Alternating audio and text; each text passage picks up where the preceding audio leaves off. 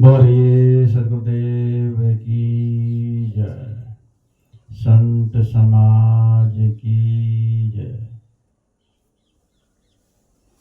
मेरे आध्यात्मिक जीवन के परम आराध्य सदगुरुदेव एवं इस सत्संग सभा स्थल में मंच पर आसीन अपने ध्यान बैराग पर में वंदनीय संत समाज एवं मेरे प्रिय बंधुओं, भक्तिमयी माताओं, बहनों एवं नन्हे मुन्ने प्यारे बच्चों,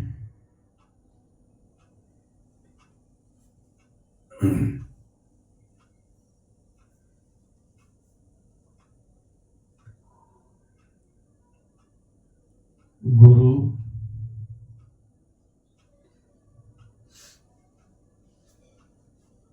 कितने प्रकार के होते हैं।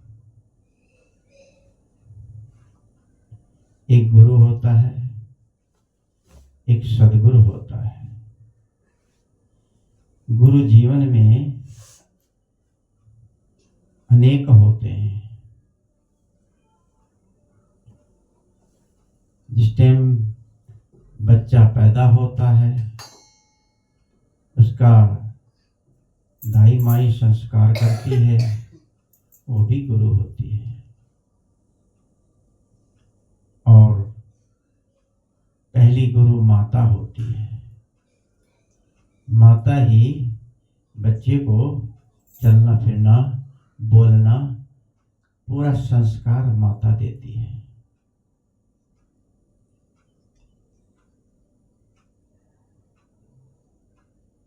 हनुमान चालीसा में कहा है,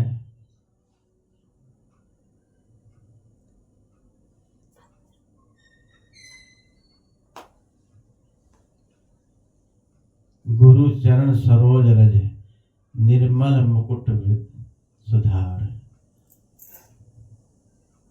गुरु की ही वंदना की गई है। सदगुरु जो होता है वो मुक्ति का मार्ग बताता है,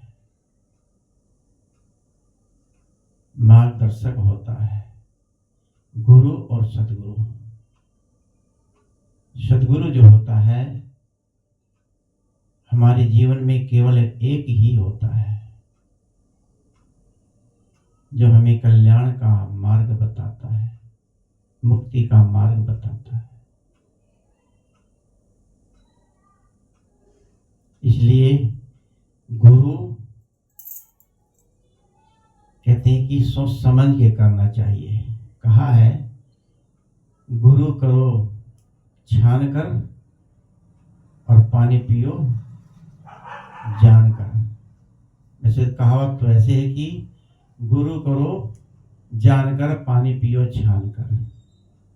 लेकिन नहीं, पानी को कहीं भी, कहीं का पानी है, मान लो गटर का पानी है, नाली का पानी है, उसको हम छान के कैसे पी लेंगे? पानी को जान कर पीना है, समझ कर पीना है। ये पानी कहाँ से है, कैसे है, शुद्ध है कि अशुद्ध है। ऐसे ही गुरु को छानना है। छानने का मतलब जानना है कि वास्तव में इस सदगुरु के काबिल है कि नहीं।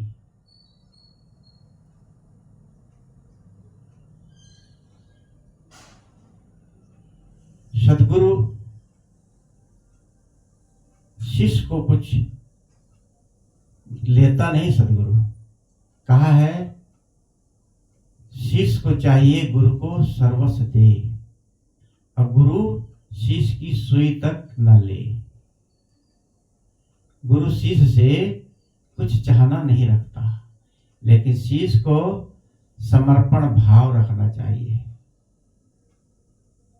जैसे हमारे सदगुरु श्री अभिलाष साहब इतने समर्पित थे सदगुरु को कि गुरु के लिए निछावर पूरा जीवन उनकी सेवा में निकालने के लिए घर से निकले थे। और जब ऐसे निकले 3 साल में अपने मन को मजबूत करके ऐसे निकले, पीछे लौट करके भी नहीं देखा घर की तरफ। बैराग तो ऐसा ही होना चाहिए जो लौट करके घर ना जाए।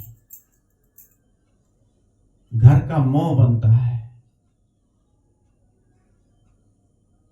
लेकिन आज जो है देखा देखी बैरागी बन रहे हैं, देखा देखी साधु भी बनते हैं। इसमें आनंद है, पूरा मान सम्मान मिलता है, दोनों सुख मिलते हैं, घर का भी सुख मिलता है।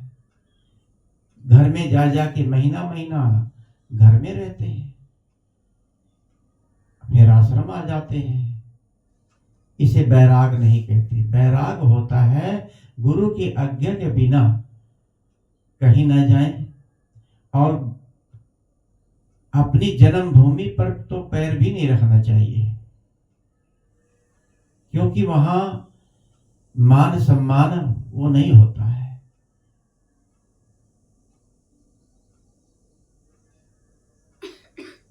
अगर जाते भी हैं तो घंटे 2 घंटे के लिए विचरण करते हैं संत, और किसी की तरफ आकर्षण नहीं होना चाहिए।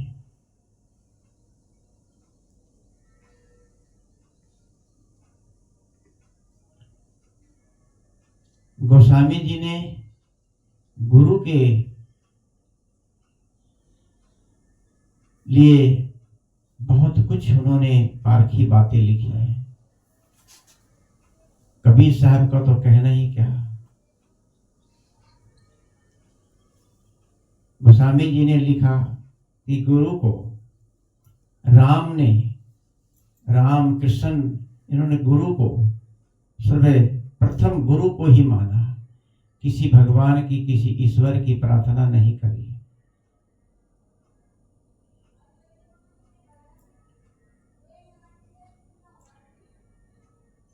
कहते कि राम जब सुबह नित प्रात उठे रघुनाथा, मात पिता गुरु नावे माता। सुबह उठ करके अपने माता पिता को, पहले गुरु होते हैं माता पिता, वे दूसरे गुरु होता है जो सदगुरु होता है, जो मार्गदर्शक होता है।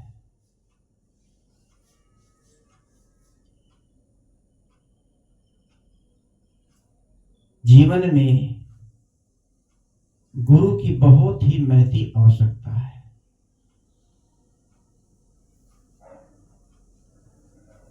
गुरु का मतलब है, गु माने अंधेरा, गुरु माने उजाला। जो अंधेरे से उजाले की तरफ ले जाए वह गुरु कहलाता है। मन को सुंदर पवित्र बनाए, मन ही हमारे कल्याण का बाधक होता है, मन ही हमारे कल्याण में मार्गदर्शक भी होता है। मन को जिधर चाहे उधर मोड़ ले।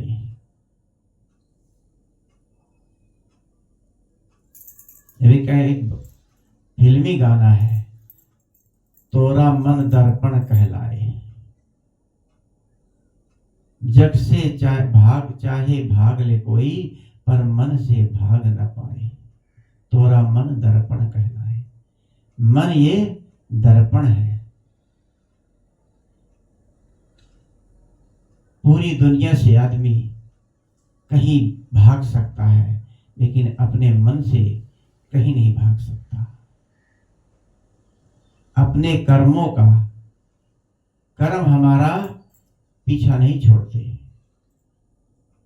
चाहे वो कल साहेब कर्म के बारे में कह रहे थे कि कर्म जो है, चाहे कैसा भी कर्म करें, हम किसी के प्रति को भावना रखें, गलत भावना रखें, जैसी सोच होगी वैसा उसका मन होगा, जैसा मन होगा वैसे उसका कर्म होगा। कर्म जो है ऐसे हमारा पीछा नहीं छोड़ते जैसे हजारों गायों के बीच में से एक गाय का बछड़ा उसको उससे अलग कर दिया जाए और ले जाकर किसी रस्सी से दूर बांध दिया जाए और हजारों गायों के बीच में उसकी मां को उसी में छोड़ दिया जाए। फिर कुछ देर के बाद उस गाय के बछड़े को रस्सी से खोल दिया जाए। वो बछड़ा रस्सी खुलते ही दौड़ता दौड़ता दौड़ता भटकता भटकता कहाँ जाएगा? सीधा अपनी मां के पास जाएगा। हजारों गायों के बीच में वो अपनी मां को पहचान लेगा और जाके अपनी मां के पास स्तन को दूध को पीने लगता है। ऐसे ही कर्म हमारे हैं कि चाहे हजारों लाखों करोड़ों जन्म बीत जाए, कर्म हमारा पीछा नहीं छोड़ते। एक न एक दिन कर्म फल भोगना ही पड़ता है। जैसे कि महाभारत में जगत प्रसिद्ध है भीष्म पितामह। भीष्म पितामह जिस वक्त बाणों की सैया पर लेटे हुए थे,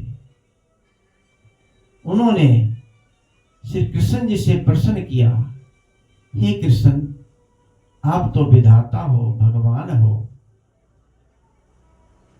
मैंने ऐसा कोई कर्म कौन सा किया जो कि ये आज बाणों की सैया पर लेटना पड़ रहा है? तो कृष्ण जी ने कहा, आपने पिछले आपके जन्मों का फल है कि मेरे को तो कुछ स्मरण है नहीं। तो उन्होंने कहा, अपने पिछले 100 जन्मों तक आप देखिए।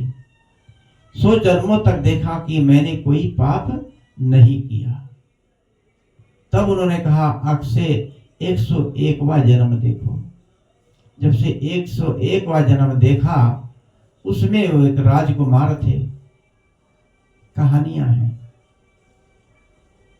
कहानियां 2 प्रकार की होती हैं। एक होती है जो घटना बीती हुई हो,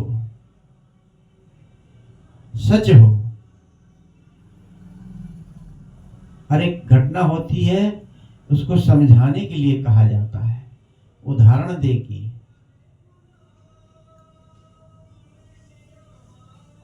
जैसे कबीर साहब ने कहा, माटी कहे कुम्हार से। अब माटी कबीर साहब से बात कर रही है। माटी कैसे बात करेगी कबीर साहब से? माली आवत देख के कलियन करी पुकार। कलियां कैसे पुकार करेंगी? लेकिन यहां पर सदगुरु कबीर साहब इस माटी के माध्यम से, फूलों के माध्यम से लोगों को समझाने का प्रयास कर रहे हैं। माटी कहे कुम्हार से, माटी का उदाहरण दे करके। जैसे कि पूरी गीता में, गीता कहते महाभारत के कई हजारों वर्ष बाद लिखी गई।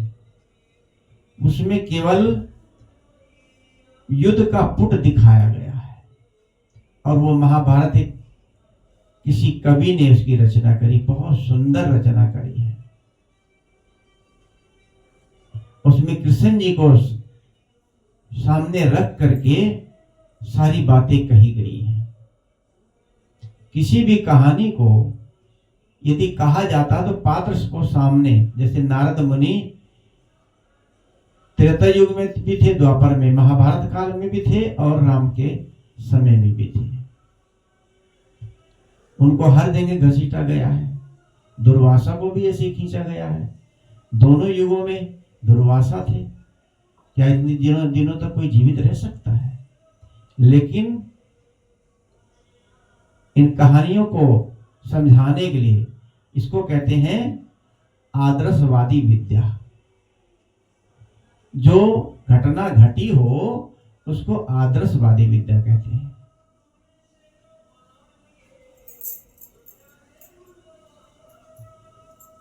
तो वहां पर भीष्म पितामह, उस टाइम भीष्म पितामह नहीं थे, राजकुमार थे। जब उन्होंने अपना एक बार जन्म देखा, इस रथ से जंगल की तरफ शिकार खेलने जा रहे थे, तो रास्ते में एक सांप मिला। अजगर हो या सांप था कोई, तो सांप सामने से गुजर गया। शायद हो सकता है जैसे बिल्ली रास्ता काट जाती है, ऐसे ही उस सांप ने रास्ता काट दिया। तो उनको अच्छा नहीं लगा, उन्होंने तीर से जोर से तीर मारा और सांप के को जाके घायल कर दिया। तीर उसमें जाके धंस गया और नीचे उतर करके अपने तीर के नोक से इसको कोंच के इसको मार डाला। राजकुमार थे भीष्म पितामह, और उसको तीर से नोक से उछाल के दूर रास्ते से फेंक दिया। और जब वो सांप जा करके गिरा तो कहाँ, नीचे पहाड़ियों के नीचे कोई पेड़ था बबूल का, बड़े बड़े कांटे थे, उसमें जाके उसके ऊपर वो गिरा और उसी पर जीवित तो था, अधमरा था। तो उसमें निकलने की कोशिश करता था लिपट के, तो उसके कांटे चुभते चले गए, बबूल के कांटे धंस गए, तुमने उसमें से निकल नहीं पाया। कहते हैं कि 18 दिन में उसके प्राण निकले, सूख के मर गया। तो जब ये कृष्ण जी ने उनको ये दिव्य दृष्टि दे करके उनको ये 101वां जन्म दिखाया कि तुमने इस जन्म में ये पाप किया था, उसी पाप का जो आज तुम्हें दंड मिल रहा है, आपने वो पाप किया था तभी आज आपको ये सजा मिल रही है। मेरा ये कहानी कहने का भाव कि हजारों वर्षों के बाद भी 101वां जन्म भीष्म पितामह को भोगना पड़ा। और भीष्म पितामह किसके संतान थे, किसके पुत्र थे जानते हैं? भीष्म पितामह गंगा के पुत्र थे। गंगा के पुत्र थे। और जिस गंगा में हम लोग 2 डुबकी लगा के अपनी मुक्ति कल्याण चाहते हैं, गंगा में नहाने से हमारी मुक्ति हो जाएगी, कल्याण हो जाएगा। तो ये भीष्म पितामह तो उनके बेटे थे, उन्होंने अपने बेटे की मुक्ति क्यों नहीं करी? उन्होंने इतना कष्ट, तीरों की सैया पर जख्मी होकर 18 दिन तक पड़े रहे, क्यों नहीं उनका दुख दूर किया? और आप लोग क्या उनके क्या लगते हैं? वो तो बेटे थे, आप लगते होंगे दूर का रिश्ता होगा, मौसी के, चाची के, ताई के, दूर के रिश्ते के होंगे। जो अपने खास बेटे का दुख दूर नहीं कर सकी तो आपका दुख दूर कैसे गंगा कर देगी? गंगा में नहाने से हम लोग मुक्ति चाहते हैं, तीर्थ से मुक्ति चाहते हैं। तभी कहा तीर्थ गए 3 फल,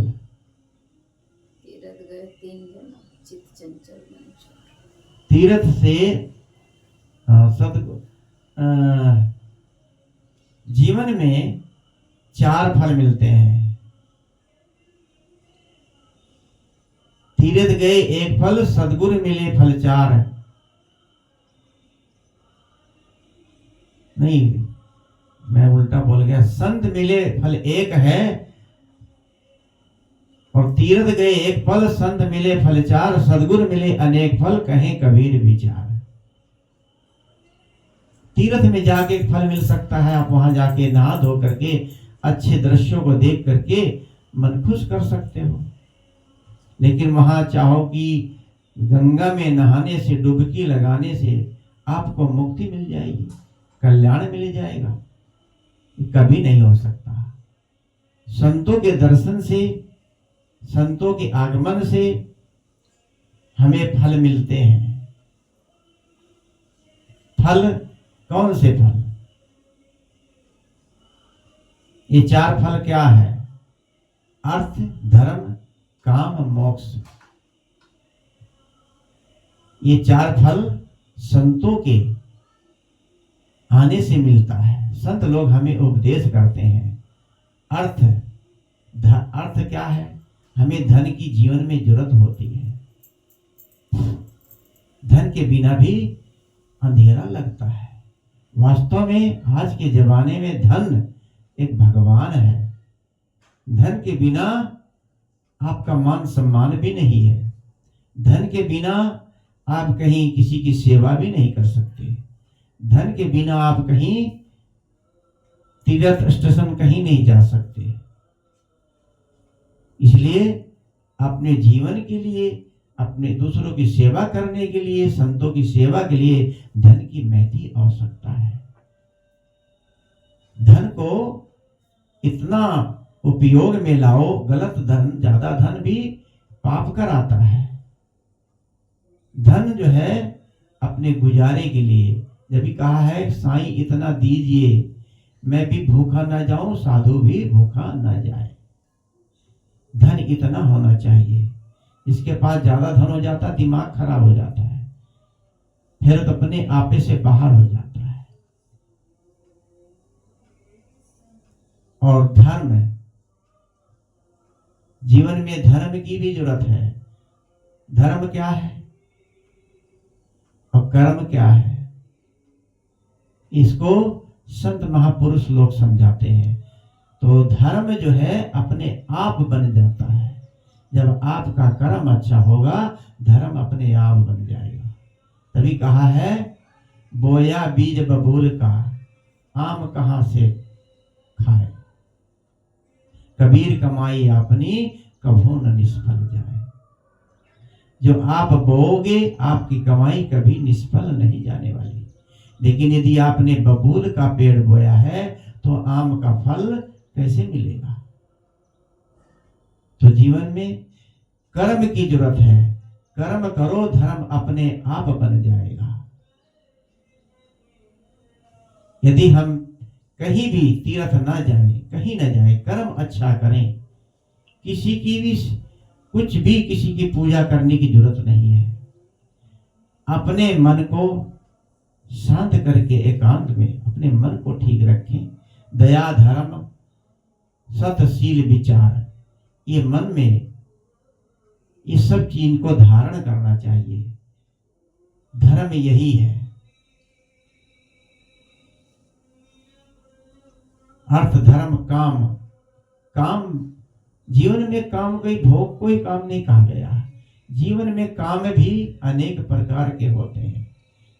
काम क्रोध भी है, काम जो है कि लालच भी है, लोभ है। कहते हैं कि पाप का बाप कौन है? पाप का बाप लोभ है। तो इन कामों को से मुक्त कराने के लिए, काम से बचाने के लिए संत लोग हमें उपदेश करते हैं। और जो सद्गुरु, पूर्ण सद्गुरु मिलते हैं, तो हमारे मोक्ष का रास्ता भी बताते हैं।